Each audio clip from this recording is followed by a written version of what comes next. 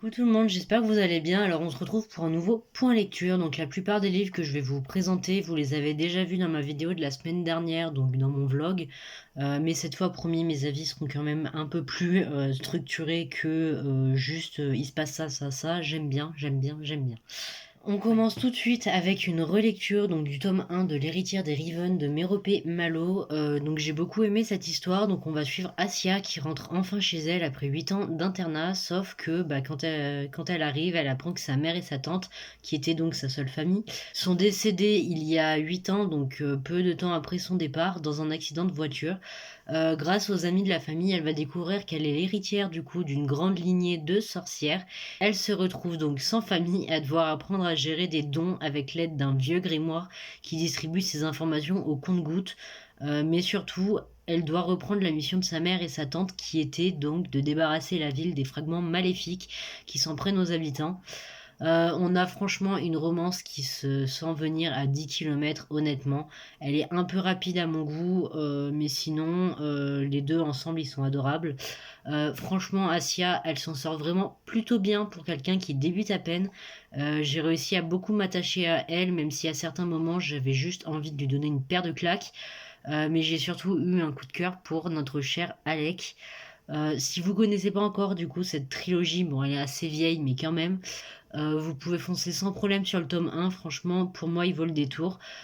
Sachant que du coup comme je vous disais c'est une relecture, je sais même pas si j'avais été au bout du tome 1 parce que à partir de la moitié à peu près je comprenais plus rien à ce qui se passait, dans le sens où j'en avais plus aucun souvenir, donc j'ai été agréablement surprise. Ensuite j'ai lu le tome 1 de Anatomy Love Story de Dana Schwartz.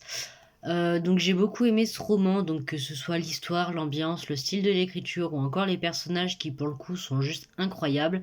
Donc ici on est à Édimbourg en 1817, donc on va suivre Hazel, donc qui est pratiquement fiancée à son cousin depuis leur naissance respective, sachant qu'elle rêve de devenir chirurgienne, sauf que évidemment c'est une femme de noble lignée qui plus est. Donc ça va plaire à personne, hein, littéralement, ça va déranger même, justement. On va suivre aussi du coup Jack qui, lui, gagne misérablement sa vie en déterrant des cadavres et en vendant les corps, entre autres, à des médecins pour tenter de survivre tant bien que mal. Les deux n'auraient jamais dû se rencontrer et pourtant, le jour où Hazel va lui demander de lui procurer des corps pour s'entraîner, Jack va accepter immédiatement. L'histoire, elle est vraiment super. Attention quand même, par contre, on a des scènes un peu sanglantes, puisque bah, forcément, il va être question de dissection humaine. Mais je vous rassure quand même, c'est loin d'être la majorité du livre. On a Hazel, donc qui a une vraie force de caractère, elle sait ce qu'elle veut, et franchement, n'est pas née la personne qui pourra l'empêcher de l'obtenir. J'ai cru comprendre qu'il y avait un second tome, et c'est avec plaisir que je le lirai, même si en soi, pour moi, ce tome se suffisait à lui-même, mais je suppose qu'on va approfondir pas mal de points dans le second. Ensuite, j'ai lu le tome 1 de Lady Helen d'Alison Goodman, et mon dieu, j'ai adoré ce roman. L'ambiance, elle est juste incroyable. À la fin de chaque chapitre, on veut savoir la suite, et surtout le suspense et les éléments de l'intrigue, ils sont vraiment bien dosés, dans le sens où on n'a pas trop d'informations d'un coup, mais on n'attend pas trop non plus pour les avoir. En fait, on a ce qu'il faut quand il le faut, et ça, c'est pas donné à tous les romans, honnêtement, de réussir ça. Enfin, de mon point de vue. Donc ici on va suivre Lady Helen, donc ses parents sont décédés quand elle avait 8 ans, donc avec son frère ils vivent chez leur oncle et leur tante. Leur mère a été accusée de trahison notamment envers la couronne et de folie. À cause de ça, Hélène du coup elle est étroitement surveillée et chacun de ses gestes, chacune de ses paroles sont donc surveillées et hautement critiquées puisque la folie, on le sait tous, c'est contagieux. La folie, évidemment, c'est héréditaire, puisque c'est une femme et que sa mère en était une aussi, et qu'elle était folle, forcément, elle est soupçonnée de finir folle aussi. C'est très joyeux.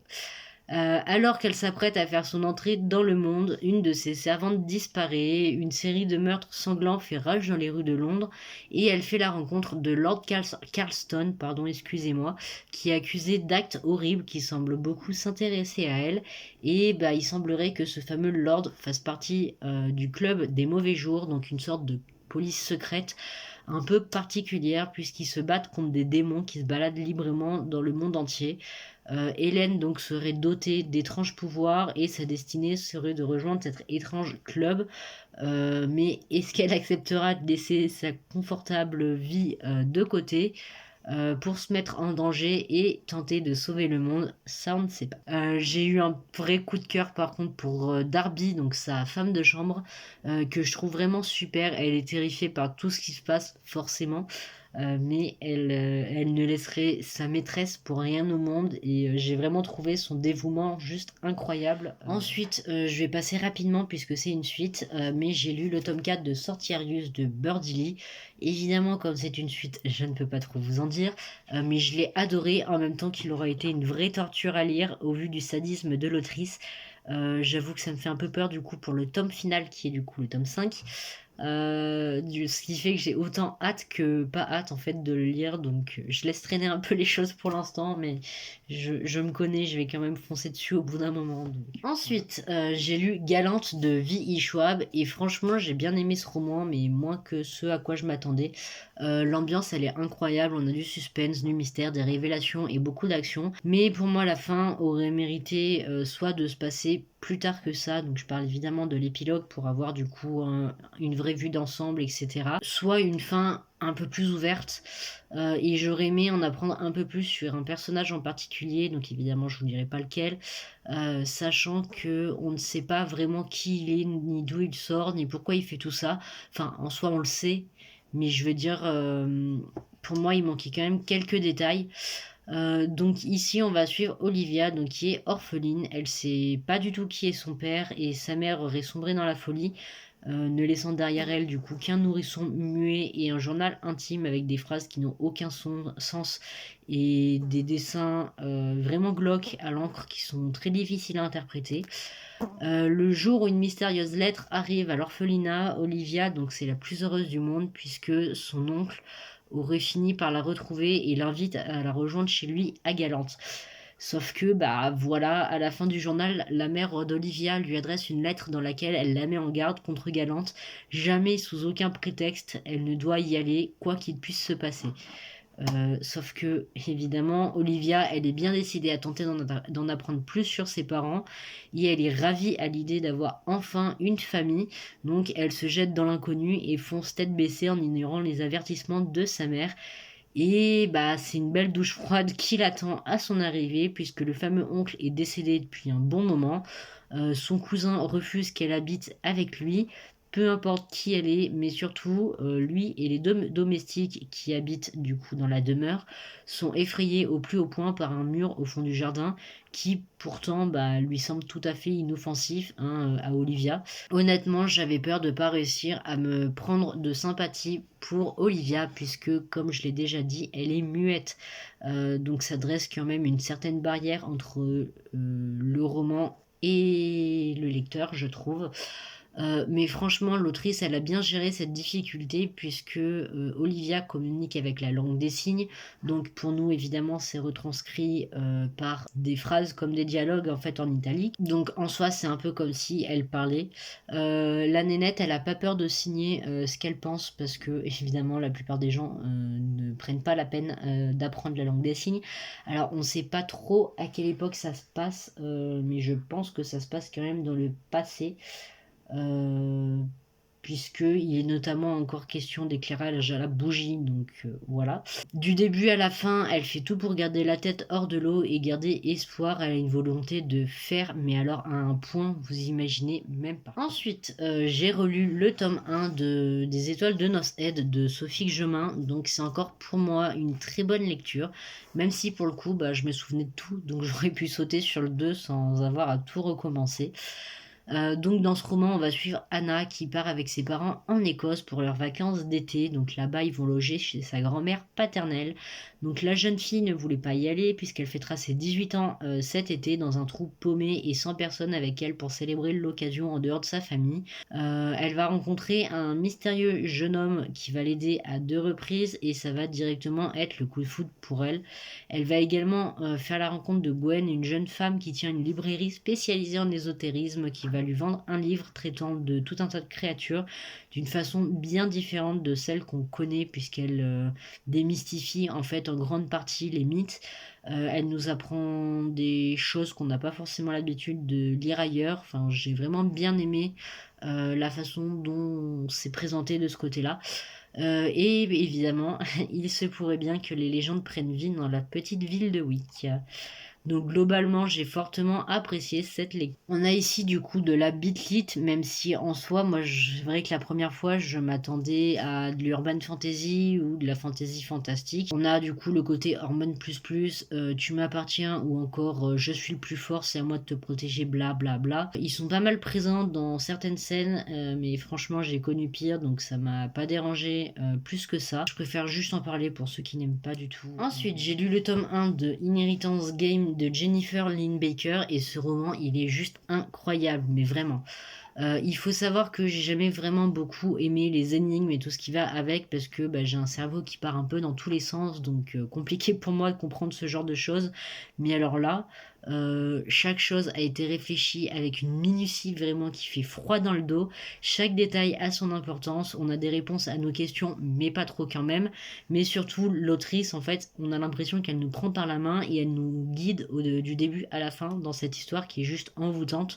En soi, il se passe pas grand chose. On va suivre Avery Grams, donc qui est une lycéenne ordinaire qui serait FDF en fait si elle avait pas Libby, donc sa demi-sœur, pour veiller sur elle. Un jour, donc au lycée, il y a un gars à peine plus âgé qu'elle qui va débarquer pour lui apprendre qu'elle est l'héritière de Tobias Hawthorne, un milliardaire du coup qui a légué toute sa fortune et toutes ses possessions, sauf que Avery elle a jamais entendu parler de lui, donc ça pose un peu problème. Pour avoir accès à cet héritage, en fait la seule condition qui est imposée dans le testament, c'est qu'elle vive 1 an dans la demeure des Hawthorne, où elle va faire la connaissance des 4 petits-fils de Tobias qui sont tous aussi mystérieux que séduisants, mais surtout ils sont bien déterminés à comprendre ce qu'elle fout là et ils veulent évidemment mettre la main sur leur part de l'héritage, puisque le monsieur a déshérité tout le monde au profit de cette jeune demoiselle qui sort littéralement de nulle part.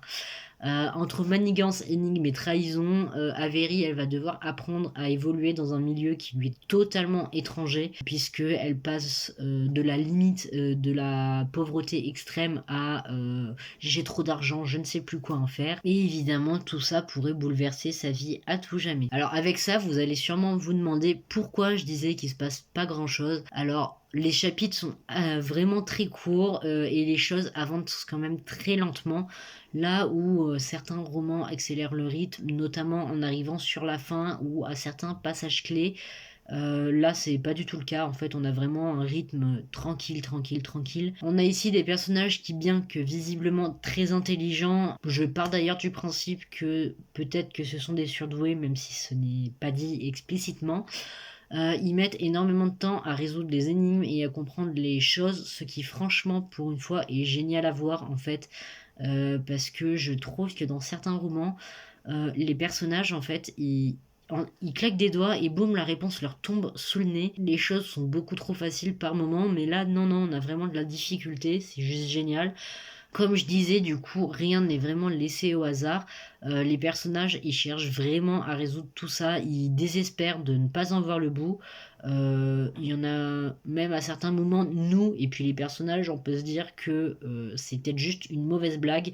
Et pourtant, ils s'accrochent et ils veulent vraiment le fin mot de l'histoire. Et c'est avec plaisir, du coup, que je lirai la suite. Et pour finir, je vais vous parler d'un roman que j'ai adoré contre toute attente. Et je vous vois déjà me tomber dessus à cause de ça, puisque c'est vrai que le roman est assez problématique pour certains points. J'ai lu du coup et adoré le premier tome de Hadès et Perséphone de Scarlett Sinclair. Oui, vous avez bien entendu, je l'ai adoré. Je dois avoir des problèmes, je pense, hein, voilà. Mais déjà, il faut savoir que j'étais vraiment curieuse au vu du succès du coup de la saga, mais en même temps plutôt réticente quand j'ai entendu dire qu'on avait des scènes de fesses à toutes les pages, avec de la dominance bien prononcée de la part de monsieur. J'avais peur du coup que l'histoire passe au second plan, voire qu'elle soit pas du tout développée, mais franchement j'ai été agréablement surprise. On a effectivement des scènes de fesses, mais franchement pas tant que ça, et surtout vers la fin du roman. Peut-être que ce sera plus présent dans les autres tomes, je ne sais pas, moi je ne peux vous parler que du 1. On est surtout, en fait, face à 2 personnes qui ont une immense attirance sexuelle, du coup, l'une envers l'autre et qui ont énormément de mal à gérer tout ça. Dès qu'ils se voient, en fait, ou qu'ils se tiennent, l'un près de l'autre, ils le ressentent physiquement et ils se retiennent énormément, de ne pas se sauter dessus. Donc du coup, je peux comprendre évidemment que certaines personnes aient été agacées, par ça. C'est vrai que pour moi, c'est pas très réaliste, non plus. Après, je n'ai jamais connu ce genre de situation, donc je ne peux parler que pour moi-même. Mais c'est vrai qu'à force, ça en devient quand même un peu lassant. Imaginez en fait ici, si les dieux étaient descendus sur terre, qu'ils avaient fait une guerre où ils ont été amenés à tout remodeler et que maintenant dieux, humains et créatures mythologiques se côtoient dans le monde moderne. Donc c'est forcément dans ce contexte qu'on va suivre Perséphone, donc qui est la jeune déesse du printemps. Elle se fait passer pour une mortelle afin de suivre des études de journalisme. Sa meilleure amie va réussir à la convaincre de briser une des règles les plus importantes que sa mère lui a ordonné de respecter en l'emmenant au Nevernight, donc qui est une boîte de nuit tenue par le dieu Hadès en personne. Il faut savoir que aucun dieu n'est au courant de l'existence de la jeune déesse pour cause, sa mère Déméter l'a retenue captive dans son orangerie pendant 18 ans. Mais par-dessus tout, il faut savoir que Hadès déteste le dieu de la mort au plus haut point. Donc ça fait déjà deux règles en fait qu'elle brise en mille morceaux, puisque de un, elle s'apprête à approcher des dieux et du coup à vendre la mèche sur qui elle est vraiment. Et de deux, elle va s'approcher d'Hadès, voilà, ce qui est absolument génial. Hadès, il faut savoir que dès qu'il va la voir, il va la désirer littéralement au plus haut point. Alors, bah, quand la jeune déesse va lui demander de lui apprendre à jouer au poker, évidemment, elle ne savait pas qui il était. Il va sauter sur l'occasion, sauf que voilà, bah, elle perd contre lui. Et bien décidé à la revoir, il va les lier par un contrat sans vraiment le lui dire. Évidemment, quand il va lui apprendre, elle va être ravie de savoir qu'elle aura 6 mois pour créer la vie au enfer. Sinon, bah, elle y vivra à tout jamais à ses côtés. Mais comment Perséphone peut donner la vie à quoi que ce soit alors que toutes les plantes qu'elle touche se réduisent en cendres et que c'est la seule chose à laquelle elle pense, puisque bah, donner la vie en enfer, ça risque d'être compliqué autrement. Comme vous l'aurez vu, j'ai lu du coup beaucoup de tome 1, donc pour moi qui suis la pro à m'engager dans des sagas et des trilogies sans jamais les finir, c'est pas la meilleure des choses à faire, mais bon tant pis, maintenant que c'est fait, c'est fait. Du coup, je pense que mes prochaines piles à lire vont être pratiquement exclusivement réservé à continuer, puisque sinon je vais encore devoir recommencer. Bref, ça va être insupportablement chiant. En tout cas, j'espère que la vidéo vous aura plu, donc si c'est le cas, n'hésitez pas à mettre un like, un commentaire et à vous abonner. Et sur ce, bah moi je vous dis à la prochaine. Salut tout le monde!